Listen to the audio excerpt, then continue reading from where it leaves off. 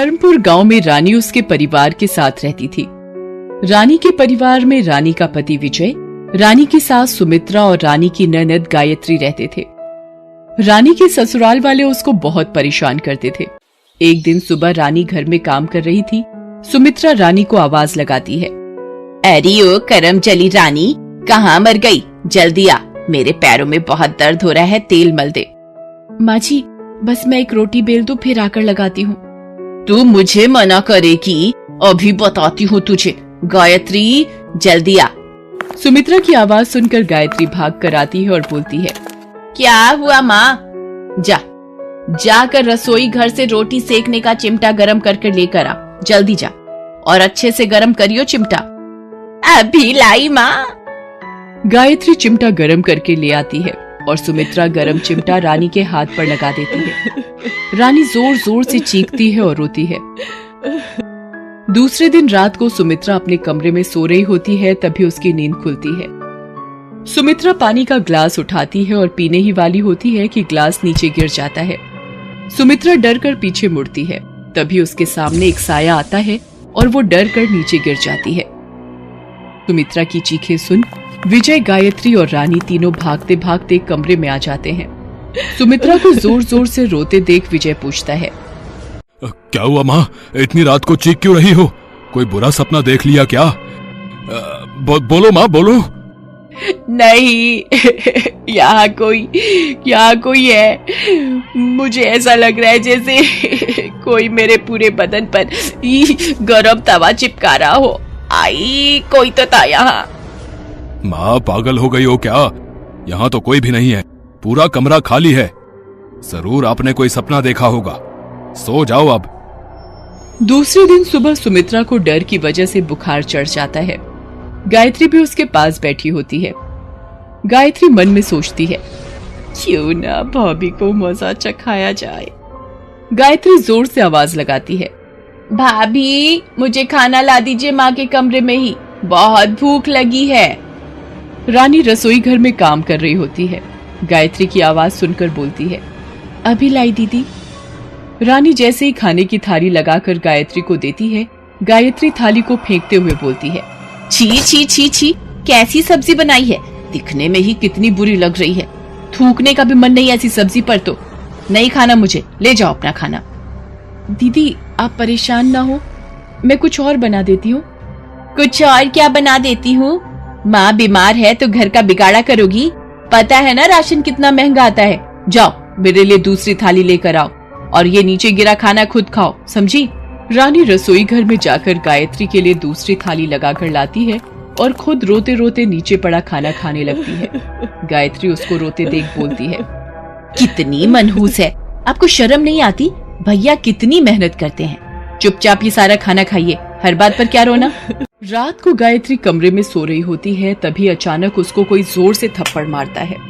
वो उठकर बैठ जाती है और बोलती है, कौन है यहाँ? बोलते क्यों नहीं, कौन है यहाँ? तभी किसी के जोर से हंसने की आवाज आती है। गायत्री डर से बोलती है, अरे बोलो कौन हो तुम?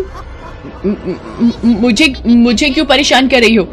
मैंने क्या बिगाड़ा है तुम्हारा? बहुत शौक है ना तुझे लोगों को परेशान करने का? अब खुद पर आई तो मुझे परेशान क्यों कर रही हो? वाह वाह। तभी कमरे की सभी लाइट जलने और बुझने लगती है और सामने से एक थाली आती है जिसमें गंदे दाल, चावल और रोटी सबकी जूठन पड़ी होती है। चुड़ैल वो सब जूठन गायत्री के मुंह में खिलाते हुए बोलती है, अब खिलाएगी किसी को जूठन? बोल, खिलाएगी? नहीं नहीं, मुझे छोड़ दो, कभी नहीं खिलाऊंगी। गायत्री जोर जोर से चिल्लाने लगती है। तभी विजय और सभी लोग गायत्री के कमरे में पहुंच जाते हैं। गायत्री सारी बातें विजय और सुमित्रा को बताती है। सुमित्रा रानी को घूरते हुए बोलती है, मुझे लगता है इस रानी ने हमारे ऊपर कोई जादू टोना करवा दिया है।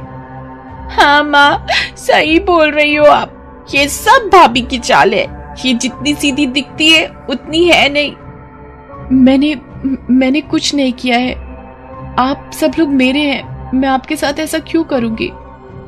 तो तुम क्या बोलना चाहती हो कि माँ और गायत्री झूठ बोल रहे हैं?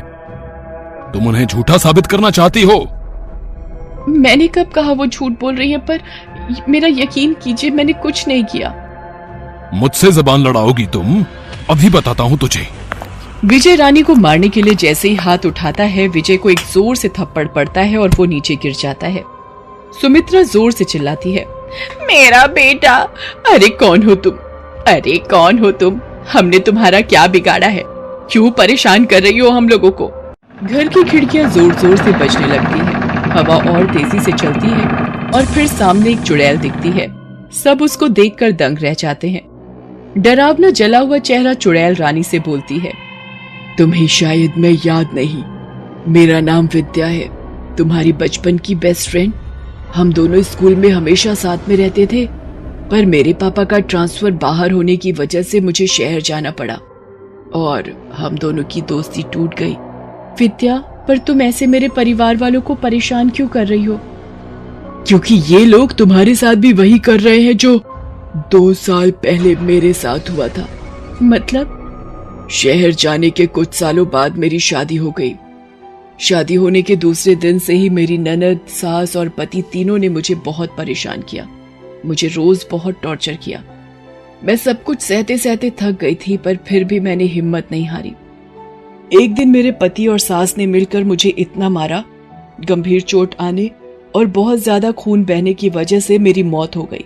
और जब से मेरी आत्मा ऐसे ही भटक रही है। तुम पर ऐसे अत्याचार होते देखकर मैं खुद को रोक नहीं पाई। तुम आज की नारी हो, कोई बेचारी नहीं रानी। तुम मेरी तरह बेवकूफ बनकर इन लोगों के अत्याचार को मत सहो, क्योंकि अत्याचार करने वाले से ज्यादा गलत अत्याचार सहने वाला होता है। अगर मैंने और तुमने पहले ही दिन इन लोगों के अत्याचारों का विरोध कर दिया होता तो आज हमारी ये हालत नहीं होती। विद्या की बातें सुनकर रानी को अपनी गलती का एहसास होता है और वो विद्या से बोलती है, विद्या, मैं तुम्हें वादा करती हूँ, आज के बाद मैं किसी के अत्याचार नहीं सहूंगी, अपने लिए आवाज उठाऊंगी। शाबाश रानी, मेरी बहादुर दोस्त, अब मुझे मुक्ति मिल जाएगी। कम से कम किसी एक की जिंदगी में तो बदलाव आएगा। विद्या चुड़ैल गुस्से से विजय, सुमित्रा और गायत्री को देखते हुए बोलती है, अभी तो मैं जा रही हूँ, पर आगे से मेरी दोस्त को परेशान किया तो नहीं नहीं, उसकी जरूरत ही नहीं पड़ेगी। हम सुधर गए हैं, हमें हमारी गलती का एहसास हो गया है। हाँ हाँ, माँ सही बोल रही हैं। माफी मुझसे रही रानी से मांगना, तुम लोगों ने बहुत गलत किया उसके साथ। चुड़ैल इतना बोलकर गायब हो जाती है।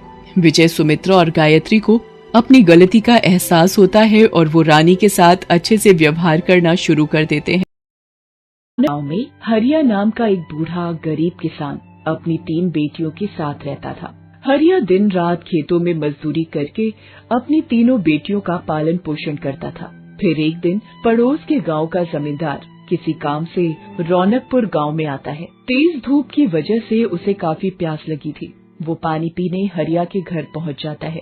हरिया की तीनों बेटियां बड़े आदर के साथ जमींदार को ठंडा पानी पिलाती हैं और साथ ही उसके चाय नाश्ते का भी प्रबंध करती हैं। उन तीनों बेटियों का नम्र और दयालु स्वभाव देख जमींदार उनसे बहुत प्रभावित होता है। सच में हरिया भाई, तुम्हारी तीनों बेटियां तो बहुत ही गुणी हैं। इनके जैसी संस्कारी लड़कियां तो आजकल देखने को नहीं मिलती। वैसे अगर तुमको कोई आपत्ति ना हो तो मैं अपनी तीनों बेटों के लिए तुम्हारी बेटियों का हाथ मांगता हूँ। जमींदार की बात सुनकर हरिया झिझकते हुए कहता है, इतने बड़े घर का रिश्ता भला मैं कैसे ठुकरा सकता हूँ? लेकिन मैं बहुत गरीब आदमी हूँ साहब, दूसरों के खेतों पर मजदूरी करके अपना परिवार चलाता हूँ। मैं दहेज के रूप में आपको कुछ नहीं दे पाऊंगा। नहीं नहीं हरिया भाई, मुझे दहेज नहीं चाहिए। दहेज लेना देना तो पाप है। मैं इस प्रथा के सख्त खिलाफ हूँ। जमींदार की बात सुनकर हरिया खुश हो जाता है। फिर कुछ दिनों बाद जमींदार के तीनों बेटों के साथ हरिया की बेटियों की शादी हो जाती है और वो तीनों खुशी खुशी अपने ससुराल चली जाती हैं। लेकिन दूसरी तरफ जमींदार की पत्नी मालती एक लालची और मतलबी औरत थी। दहेज न मिलने के कारण वो जमींदार की बेटियों से नफरत करने लगती है। लेकिन उधर जमींदार के बेटे अपने पिता की ही तरह नेक थे। वो अपनी पत्नियों से बहुत प्रेम करते थे और हमेशा उनका ख्याल रखते थे। कुछ समय बाद तीनों बहनें गर्भवती हो जाती हैं। इस बात से मालती को छोड़ घर के सभी लोग बहुत खुश थे। फिर कुछ दिनों के बाद जमींदार व्यापार करने के लिए अपने तीनों बेटों के साथ परदेश चला जाता है। यही अच्छा मौका है, मैं इन तीनों बहनों का जीना हराम कर दूंगी ताकि ये इस घर को छोड़कर हमेशा के लिए यहाँ से चली जाएं।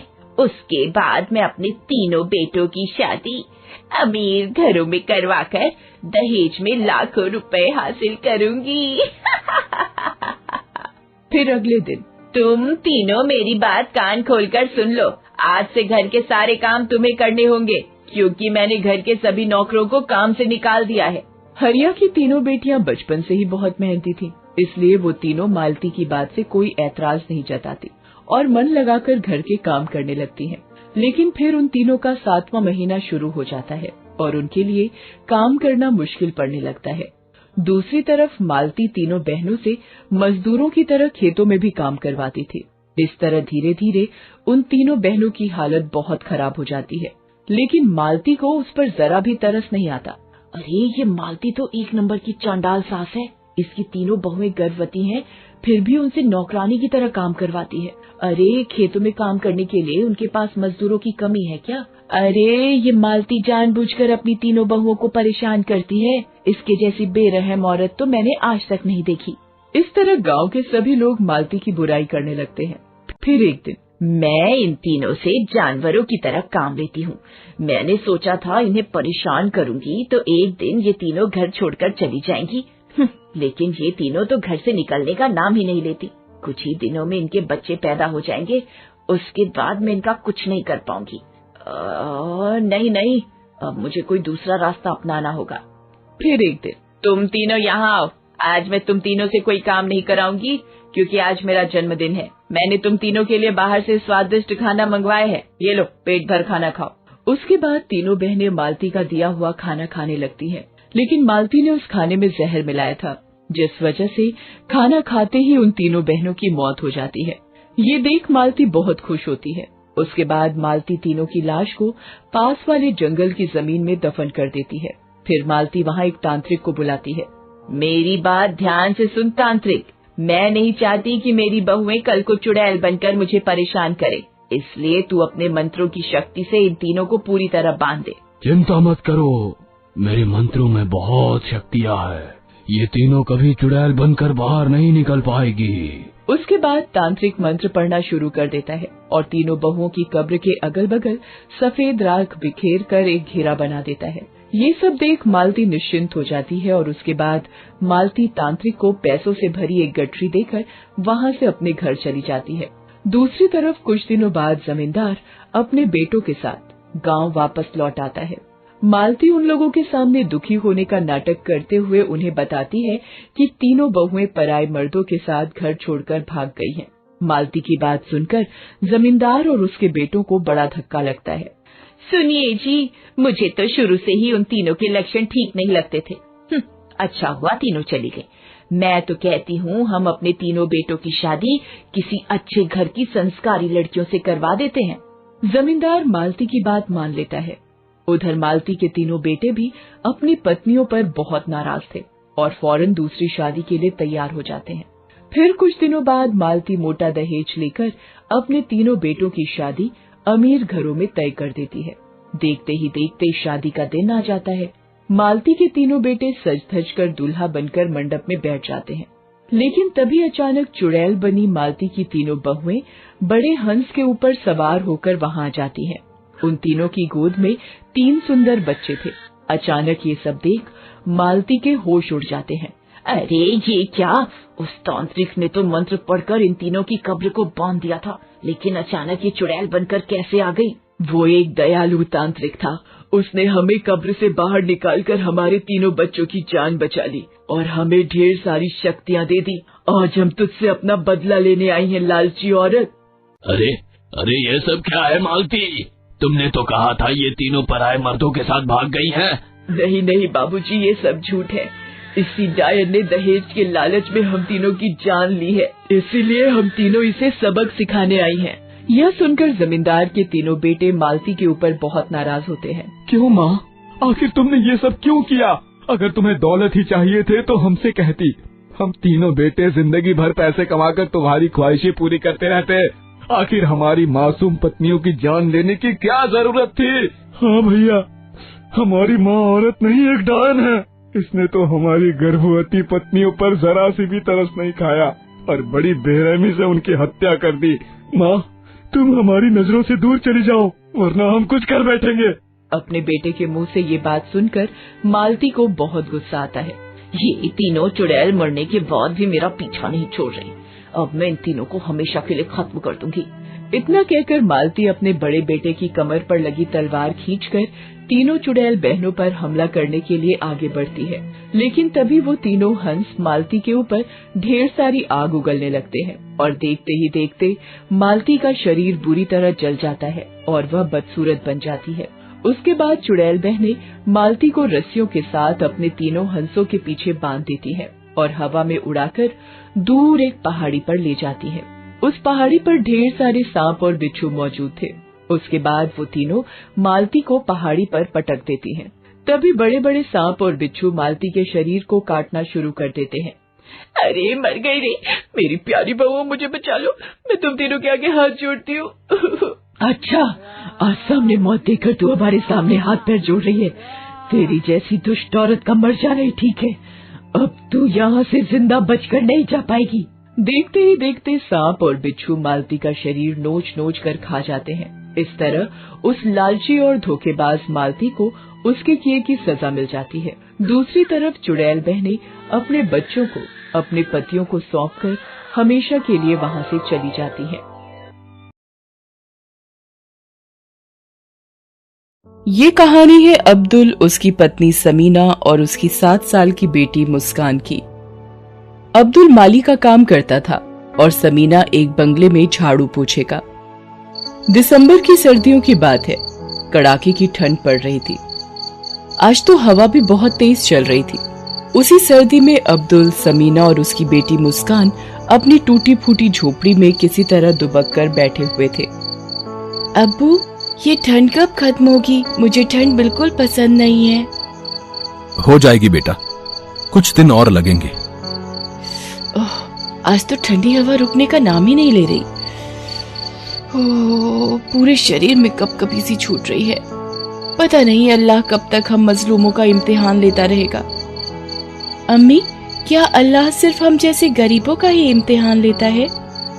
वो ये बातें कर ही रहे होते हैं कि उनकी झोपड़ी से कुछ ही दूरी पर एक लंबी सी कार आकर रुकती है। उससे एक परिवार उतरता है जिसमें भास्कर, उसकी पत्नी तान्या और उसका बेटा राहुल होते हैं। भास्कर शहर का बहुत बड़ा बिजनेसमैन था।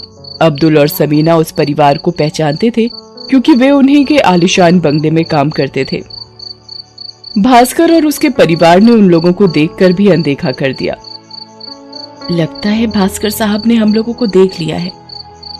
हम किसी को नहीं दिखते समीना, हम गरीब किसी को नहीं दिखते।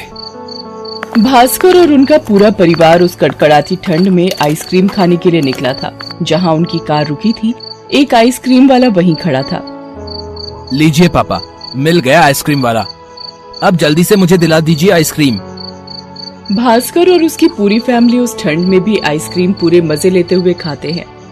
कुछ भी कहो, लेकिन आइसक्रीम खाने का जो मजा ठंड में है वो गर्मी में तो नहीं। पूरा मुंह एकदम ठंडा ठंडा हो गया मॉम। अगले दिन मुस्कान की ठंड के कारण तबीयत बहुत खराब हो गई। उसका पूरा बदन नीला पड़ गया था। वे उसे अस्पताल लेकर गए। इसे तुरंत आईसीयू में एडमिट करना होगा। इसकी हालत बिल्कुल ठीक नहीं है। अब्दुल ने मुस्कान को एडमिट तो कर दिया। कुछ देर बाद डॉक्टर आईसीयू से बाहर आए और कहा कि देखो, तुम हिम्मत से काम लो। हमें तुम्हारी बेटी के कुछ बड़े टेस्ट करने पड़ेंगे। इसके लिए तुम कुछ पैसों का इंतजाम कर लो। वो ठीक तो हो जाएगी ना? डॉक्टर ने अब्दुल की बात का कोई जवाब नहीं दिया और वो फिर से आईसीयू के अंदर चले गए। अब्दुल ने बेचारगी से अपनी पत्नी समीना की ओर देखा। वो बेचारी फूट फूट कर रोए जा रही थी। अरे क्यों फिक्र करती है, सब ठीक हो जाएगा। सुनो ना, डॉक्टर साहब ने कुछ पैसों का इंतजाम करने को कहा है। मेरी जेब में तो 100 रुपए ही पड़े हैं। मैं भास्कर सर से कुछ पैसे उधार लेकर आता हूँ। ये कहकर वो मुस्कान को समीना के पास छोड़कर भास्कर से कुछ पैसे मांगने के लिए उसके पास चला गया। भास्कर उस समय किसी से फोन पर बातें कर रहा था। No no no no no, मैंने कहा ना, चाहे कितना बड़ा भी लॉस हो जाए, मेरी आज की सारी मीटिंग्स कैंसिल कर दो। मेरे बेटे की कल रात से तबीयत ठीक नहीं है और उससे इंपॉर्टेंट कोई मीटिंग नहीं। भास्कर ने कॉल कट किया, तभी अब्दुल ने उसे हाथ जोड़कर नमस्कार किया। आज समीना नहीं आई क्या? तुम लोग भी ना बिना मतलब के छुट्टी किया करते हो। अब्दुल ने ना में अपना सिर हिलाया और उससे कुछ पैसे मांगे। पैसे? किस बात के पैसे? साहब, इन दिनों बहुत ठंड पड़ रही है। मेरी मासूम बेटी इस ठंड को बर्दाश्त नहीं कर पाई, उसे ठंड लग गई है। अरे ठंड लगी है तो मैं क्या करूं? जाकर उसे किसी डॉक्टर को दिखाओ। साहब, डॉक्टर को दिखाया है, उन्होंने कुछ टेस्ट कहा है, उसी टेस्ट के लिए आपसे पैसे मांगने आया हूं, और आज की छुट्टी मुझे भी चाहिए। अब्दुल और भास्कर बातें कर ही रहे थे कि तभी तान्या सीढ़ी से नीचे उतरती हुई आई। उसने उन लोगों की बातें सुन ली थी। भास्कर, ये तो इन लोगों का हमेशा का नाटक है। झूठ बोलते हैं ये लोग, कभी ये बीमार कभी वो बीमार, तभी तो इनकी हालत नहीं सुधरती। नहीं मेम साहब, मैं झूठ नहीं बोल रहा, मेरी मुस्कान सच में बहुत बीमार है। देखो, ये सब ड्रामा बंद करो, मुझे इन सब से कोई फर्क नहीं पड़ता। मैं जानती हूँ कि तुम पैसे एडवांस तो ले लोगे, लेकिन उसकी शराब पी जाओगे। तान्या की बात का अब्दुल ने कोई जवाब नहीं दिया, बस वो सिर झुकाकर उनकी बातें सुनता रहा। देखो, तुम्हें छुट्टी चाहिए तो ठीक है, ले लो, इसके पैसे कटेंगे, लेकिन एडवांस पैसों की उम्मीद मत करना। अब्दुल वहां से आंसू बहाता हुआ अस्पताल की ओर निकल पड़ा। उसे कुछ समझ नहीं आ रहा था कि वो पैसे कहां से लाए। इधर भास्कर के बेटे की भी तबीयत बहुत बिगड़ने लगी। उसके फैमिली डॉक्टर उसे चेक करने आए तो उन्होंने कहा कि मुझे समझ नहीं आ रहा है राहुल को ठंड कैसे लगी। वो कल हमने ठंडी आइसक्रीम खाई थी। ओफो, इतनी ठंड में ठंडी आइसक्रीम। देखो, मुझे थोड़ा डाउट है, तुम तुरंत इसे अस्पताल लेकर जाओ। तान्या और भास्कर दोनों राहुल को लेकर अस्पताल पहुंचे। डॉक्टर ने उसे आईसीयू में एडमिट कर लिया।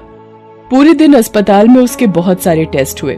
टेस्ट के बाद डॉक्टर ने भास्कर से जो कहा, उसे सुनकर उसके पैरों तले की जमीन खिसक गई। हमने सारी कोशिश कर ली, इसके फेफड़े बहुत कम काम कर रहे हैं। ऑक्सीजन के सहारे कब तक इसकी सांसें चलेंगी कहना मुश्किल है। हमें जल्द से जल्द इसके फेफड़े ट्रांसप्लांट करने पड़ेंगे। तो करिए ना डॉक्टर, पैसों की बिल्कुल फिक्र नहीं करिए। राहुल मेरा इकलौता बेटा है, उसके लिए मुझे खुद को भी बेचना पड़ा तो बेच दूंगा। बात पैसों की नहीं है, फेफड़े ट्रांसप्लांट करने के लिए हमें कोई डोनर तो चाहिए, ऐसा कोई जिसकी मौत कुछ घंटों पहले हुई हो। अगर वो मिल जाए तो ठीक, नहीं तो आपके बेटे को बचाना। ये कहकर डॉक्टर चुप हो गए। उनकी बात सुनकर भास्कर को जैसे लकवा सा मार गया। उसकी पत्नी तान्या फूट फूट कर रोने लगी। भास्कर, मेरे राहुल को किसी तरह बचा लो। तान्या लगातार रोई जा रही थी। तभी अब्दुल उनके पास आया और कहा कि साहब, आप मत रोइए, आपके बेटे को कुछ नहीं होगा, मैं उसे कुछ नहीं होने दूंगा। उसकी बात सुनकर भास्कर उसे घूर कर देखने लगा। अब्दुल, हमने तुम्हें छुट्टी नहीं दी तो तुम यहां हमारा मजाक उड़ाने पहुंच गए। तुम्हें पता भी है कि मेरे बेटे को क्या हुआ है? पता है साहब, खूब अच्छे से पता है, क्योंकि कुछ देर पहले मेरी बेटी इसी बीमारी से मर गई। आप लोग आइए मेरे साथ, मैं दिखाता हूं आपको। अब्दुल उसे मुस्कान के मृत शरीर के पास ले गया, जिसकी मौत कुछ देर पहले ही हुई थी। अपनी मृत बच्ची के पास बैठी समीना चिल्ला चिल्ला कर रोई जा रही थी और उससे जागने को कह रही थी। अरे देखिए ना मुस्कान के अब्बू, हमारी मुस्कान जागती ही नहीं। देखिए, ये मेरी बात ही नहीं सुन रही। खुदा के लिए आप इसे जागने के लिए कहिए ना। अब्दुल दिल पर पत्थर रखकर समीना की बात सुन रहा था। समीना, हमारी मुस्कान अब कभी नहीं जागेगी। खुदा को उसकी जरूरत हमसे ज्यादा थी, इसलिए उसने उसे अपने पास बुला लिया। चुप रहिए आप, मेरी मुस्कान सो रही है, वो कहीं नहीं गई है। समीना, आंखें बंद करने से सच झूठ में नहीं बदल जाता। हमारी मुस्कान अब नहीं रही। उसके बाद अब्दुल ने समीना को सारी बात बताई। इस बीच तानिया और भास्कर किसी मुजरिम की तरह अब्दुल और समीना के पास खड़े थे। एक एक कर सारे दृश्य उन दोनों की आंखों के आगे गुजर रहे थे। कैसे उन्होंने अब्दुल का अपमान किया था, कैसे उससे दुत्कार दिया था, उसकी सच्ची बात को भी झूठा साबित कर दिया था। समीना को भी समझ में नहीं आ रहा था कि वो क्या करे क्या ना करे, फिर भी उसने मुस्कान के फेफड़े ट्रांसप्लांट करने के लिए मूक सहमति दे दी। पूरे 8 घंटे लंबा ऑपरेशन चला। ये 8 घंटे भास्कर और तान्या के लिए पहाड़ की तरह थे। 8 घंटे बाद मुबारक हो, अब आपके बेटे की हालत बिल्कुल ठीक है। 2-3 घंटे बाद आप लोग उससे मिल सकते हैं। ये सुनकर उन दोनों की आंखें भर आई। तान्या और भास्कर अब्दुल और समीना का शुक्रिया करना चाहते थे, लेकिन उन्होंने पूरा अस्पताल छान मारा पर वो नहीं मिले। दूसरी ओर अब्दुल और समीना कब्रिस्तान में अपनी मुस्कान को अंतिम विदाई दे रहे थे। उनकी बच्ची मरकर भी किसी को जीवन देकर चली गई थी। दोस्तों, अब आप निर्णय करिए कि इनमें गरीब कौन और अमीर कौन।